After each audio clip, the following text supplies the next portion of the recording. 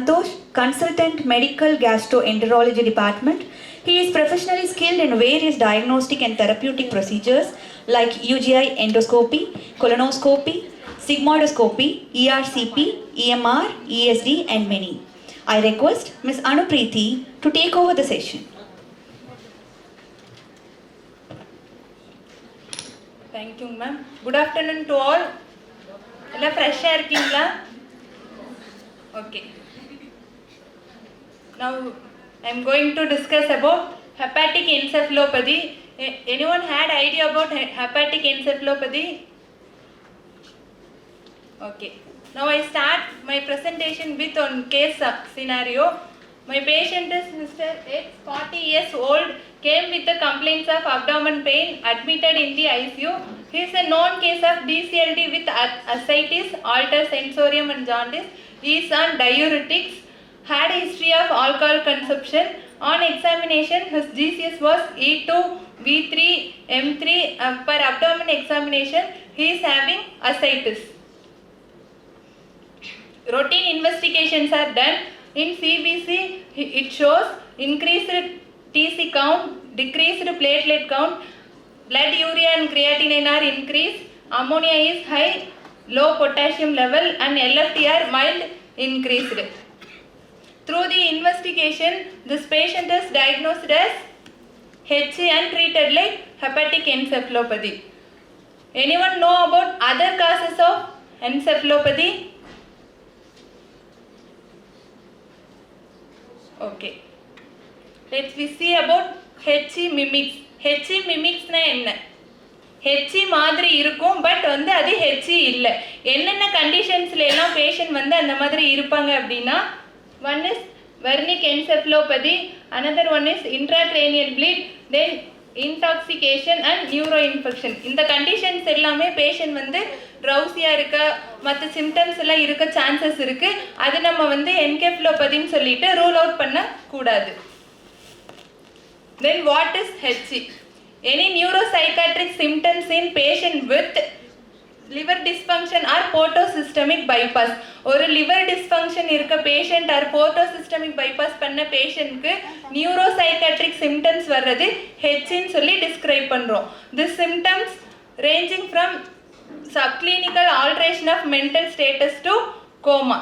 Subclinical alteration mild alterationல இருந்து coma வரைக்கும் போறதுக்கான chances இருக்கு. Then types of HE. There are three types of HE. One is type A, type B and type C. Type C occurs in acute liver failure patient.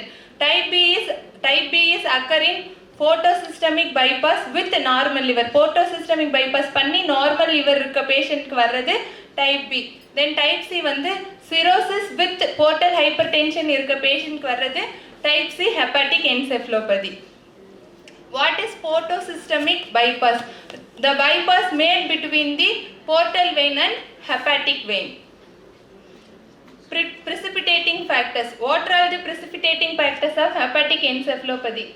Hypoxemia, hypercapnia, UGI bleed, electrolyte abnormalities and aka infection, especially in spontaneous bacterial peritonitis, then portal vein thrombosis.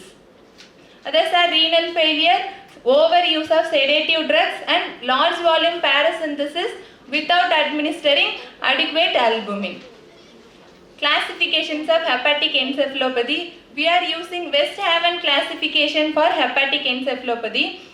We named covered HE in mild, moderate to severe is named as overt HE. In grade 1 HE, the patient has mild confusion, slurred speech to mild changes in his behavior. In grade 2 HE, they have moderate confusion and lethargy. In grade 3 HE, they have severe confusion, excessive sleeping but arousable, and he has incoherent speech. In grade 4 HE, they may go for coma and unresponsive to pain. Ammonia synthesis. In normal patient, ammonia is produced in the intestine, kidney and muscle cells. Then it enter into the liver, it metabolized and converted into urea and glutamate. and then excreted from the body. இதே CLD பேஷண்ட்ஸ்க்கு எப்படி ammonia metabolism இருக்கும் அப்படின்னா liver cells வந்து டேமேஜாக இருக்கனால அமோனியாவை detoxify பண்ண முடியாது. ஸோ கிட்னி மசில்ஸ் அண்ட் இன்டெஸ்டைனில் ப்ரொடியூஸ் ஆகிற அமோனியா எல்லாமே பிளட் ஸ்ட்ரீமில் என்டர் ஆகுது. ஸோ பிளட் ஸ்ட்ரீமில் என்டர் ஆகுறதுனால அமோனியாவோட கான்சன்ட்ரேஷன் அதிகமாகுது பிளட்டில். So it through the circulation it enter into the brain and damage the brain cells, then hepatic encephalopathy occurs. Role of ammonia. நம்ம பெத்தோபிசியாலஜில அமோனியாவை ஒரு சென்ட்ரல் டெரிவேட்டிவ்ஸா வச்சு பேசினாலும் அதை டயக்னோஸ் பண்றதுலயும் ட்ரீட் பண்றதுலயும் ஹெச்சியை டயக்னோஸ் பண்ணி ட்ரீட் பண்றதுல அமோனியா வந்து ஒரு கான்ட்ரோவர்சியல் ப்ராப்பர்ட்டியா இருக்கு. ஏன் இப்போ வரைக்கும் அமோனியா கான்ட்ரோவர்சியல் ப்ராப்பர்ட்டியா இருக்கு அப்படின்னா ஹெப்பாட்டிக் என்செஃபலோபதி பேஷண்ட்க்கு ammonia maybe or may not be தான் இன்க்ரீஸ்டாக இருக்கும், கம்பல்சரி இன்க்ரீஸ்டாக இருக்குன்னு சொல்ல முடியாது. மைல்டு ஹெச்இ பேஷண்ட்க்குலாம் அமோனியா கம்பல்சரி இன்க்ரீஸ்டாக இருக்குன்னு சொல்ல முடியாது. சில பேஷண்ட்க்கு அமோனியா நார்மலாக இருக்கும், சில பேஷண்ட்க்கு வந்து அமோனியா நார்மலாக இருந்து ஆல்டர்டு சென்சோரியம் இருக்கும், சில பேஷண்ட்க்கு அமோனியா ஹையாக இருக்கும் பட் அவங்க நார்மல் சென்சோரியமில் இருப்பாங்க. ஏன் அப்படின்னா அவங்க பாடி வந்து அக்கஸ்டமாக இருக்கும். ஸோ இப்போ last and important point is ammonia is normal. We should rule out the other causes of encephalopathy. Already we discussed about the HE mimic. So we should rule out the other causes of encephalopathy. Then principles of ammonia testing. Ammonia வந்து fasting ஸ்டேட்டில் நம்ம test பண்ணுறது வந்து better result வந்து கொடுக்கும். ஏன் அப்படின்னா early morning வந்து இது பண்ணுறது. ஏன் அப்படின்னா ப்ரோட்டீன் வந்து அமோனியாவோட வேல்யூவை இன்டர்ஃபை பண்ணுறதுக்கு சான்சஸ் இருக்குது. ஸோ வந்து ஃபாஸ்டிங் ஸ்டேட்டில் எடுக்கணும். அமோனியா சாம்பிள் கலெக்ட் பண்ணி ஐஸ் பேக்கில் வச்சு கலெக்ட் பண்ண வித்தின் 30 to 60 மினிட்ஸ்க்குள்ளே நம்ம வந்து சாம்பிள் வந்து டெஸ்ட் பண்ணி வேல்யூ எடுத்துருக்கணும். இல்லாட்டினா வேல்யூஸ் சேஞ்சஸ் ஆகிறதுக்கு வாய்ப்பு இருக்குது. Then nursing management. HE patient வந்து சிஎல்டி பேஷண்ட் வந்து அதர் காம்ப்ளிகேஷன்ஸோடு இருப்பாங்க, like ascites, pulmonary vascular complication and oesophageal varices. அவங்க எல்லாருக்குமே ஹெச்இ வர சான்சஸ் இருக்குது. தென் சிஎல்டி பேஷண்ட் வந்து அதர் டிசீஸ்னால வந்து ஹாஸ்பிட்டலில் அட்மிட் ஆயிருப்பாங்க, like heart failure, pneumonia or any other surgical procedure. அவங்களுக்கு ஹெச்இ வர சான்சஸ் இருக்குன்னு சொல்லி we should alert, every time we should alert. இதெல்லாம் ப்ரிவென்ட் பண்ணுறதுக்கு என்ன வேணும்? ஒரு ஹோலிஸ்டிக் நர்சிங் கேர் வந்து ஒரு பேஷண்ட்க்கு தேவைப்படும். Then assessing level of responsiveness. நம்ம எப்படி ரெஸ்பான்சிவ்னஸ் அசஸ் பண்ணலாம் அப்படின்னா Glasgow coma scale. Already we all are know about Glasgow coma scale. Sensory and motor abnormalities. HE பேஷண்ட்க்கு வந்து என்ன சிம்டம்ஸ் இருக்கும் அப்படின்னா ஆஸ்ட்ரிக்சிஸ் அண்ட் மசில் ட்விச்சிங் வந்து இருக்கும். ஆஸ்ட்ரிக்சிஸ் அப்படின்னா வந்து ஹேண்ட் ஃப்ளாப்பிங், ட்ரெமர்ஸ் வந்துட்டு இருக்கும். தென் இதோட பேஷண்ட்க்கு என்ன இருக்கலாம் அப்படின்னா hyper active deep tendon reflex and பிராடிகார்டியாவும் இருக்கிறதுக்கு சான்சஸ் இருக்குது. Then fluid and electrolytes abnormality. ஏன் நமக்கு fluid and electrolytes abnormality important அப்படின்னா நம்ம பேஷண்ட் ஆல்ரெடி வந்து டயூரிட்டிக்ஸில் இருக்காங்க. So patient have chances for dehydration and hypovolaemia. டீஹைட்ரேஷனும் ஹைப்போவோலிமியாவும் ஹெச்இயை வெர்ஷன் பண்ணுறதுக்கு சான்சஸ் இருக்குது. Then electrolyte imbalance. மெயின்லி என்ன அக்கர் ஆகலாம் அப்படின்னா hypokalaemia and hyper kalaemia. Nutritional support. Nutrition வந்து ஒரு பேஷண்ட்டுக்கு ஏன் இம்பார்ட்டன்ட்னு சொல்கிறோம்? ஹெச்இ பேஷண்ட் வந்து most of the 75% of patient வந்துட்டு மால் நியூட்ரிஷனில் இருக்காங்கன்னு சொல்லி சர்வே பண்ணியிருக்காங்க. ஸோ வந்து நியூட்ரிஷன் வந்துட்டு ஹெச்இயை வந்து மால் நியூட்ரிஷன் வந்து ஹெச்இயை வேர்சன் பண்ணும். ஒரு பேஷண்ட் ஹெச்இ பேஷண்ட்க்கு எவ்வளோ நியூட்ரிஷன் பர் டேக்கு வந்து கொடுக்கலாம் அப்படின்னா எனர்ஜி வந்து 35 to 40 kcal/kg கொடுக்கலாம். தென் ப்ரோட்டீன் வந்து 1.2 to 1.5 g/kg/day வரைக்கும் கொடுக்கலாம். Then treatment of grade 1 and 2 HE. Patient with covert HE. Already mild HE வந்து கவர்ட் ஹெச்இன்னு நேம் பண்ணலான்னு சொல்லியிருந்தோம். ஸோ வந்து கவர்ட் ஹெச்இ ட்ரீட் பண்ணும்போது simultaneously we should search and treat the precipitating factor. நம்ம ஹெச்இ மட்டும் ட்ரீட் பண்ணிட்டு இருக்கும் போது என்ன நம்மளோட ப்ரிசிபிடேட்டிங் ஃபேக்டர்னு பார்த்து அதையும் ட்ரீட் பண்ணணும். First we start with lactulose and rifaximin treatment. If the patient is responding to lactulose and rifaximin ட்ரீட்மெண்ட்னா நம்ம அதே ட்ரீட்மெண்ட்டை கண்டினியூ பண்ணிக்கலாம். If that patient is not responding to lactulose and rifaximin ட்ரீட்மெண்ட்னா we have to explore the HC mimics, other causes of encephalopathy வந்து நம்ம identify பண்ணணும். Treatment of grade 3 and grade 4 HC. Patient வந்து கிரேட் 3 அண்ட் கிரேட் 4ல வந்துட்டு low GCS இருக்கும், not able to protect the airway இருக்கும், haemodynamically அன்ஸ்டேபிளாக இருப்பாங்க. So பேஷண்ட்டை வந்து நம்ம இன்டுபேட் பண்ணணும். தென் வந்து நேசோகேஸ்ட்ரிக் டியூப் இன்சர்ட் பண்ணி லாக்டலோஸ் ட்ரீட்மெண்ட் வந்து ஸ்டார்ட் பண்ணுறோம் every hour to second hourly. எவ்வளோ நேரத்துக்கு ஹவர்ஸ் டு செகண்ட் ஹவர்லி நம்ம கொடுக்கணும் அப்படின்னா நம்மளோட கோல் பவல் மூமெண்ட்ஸ் வந்து அச்சீவ் பண்ணுற வரைக்கும். கோல் பவல் மூமெண்ட்ஸ் வந்து 2 to 3 times per day. Then patient வந்து என்ஜி டியூப் போட்டு லாக்டலோஸ் ட்ரீட்மெண்ட்க்கு ரெஸ்பாண்ட் பண்ணல அப்படின்னா lactulose enema every 4th hourly start பண்ணுறோம் நம்மளோட கோல் பவல் மூமெண்ட் அச்சீவ் பண்ணுற வரைக்கும். இன்கேஸ் பேஷண்ட் அதுக்குமே ரெஸ்பாண்ட் பண்ணல அப்படின்னா பாலிஎத்திலீன் கிளைகால் ட்ரீட்மெண்ட் வந்து ஸ்டார்ட் பண்ணுறோம்.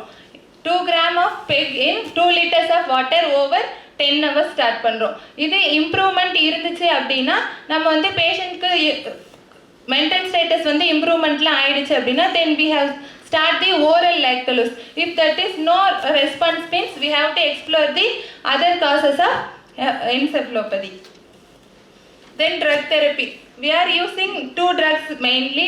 One is lactulose. Lactulose வந்து ஓரலாவே எடுத்துக்கலாம், எனிமாவாவும் கொடுக்கலாம். லாக்டலோஸ் என்ன பண்ணுது அப்படின்னா வந்துட்டு அமோனியாவை அமோனியமாக கன்வெர்ட் பண்ணி எக்ஸ்க்ரீட் பண்ணுது.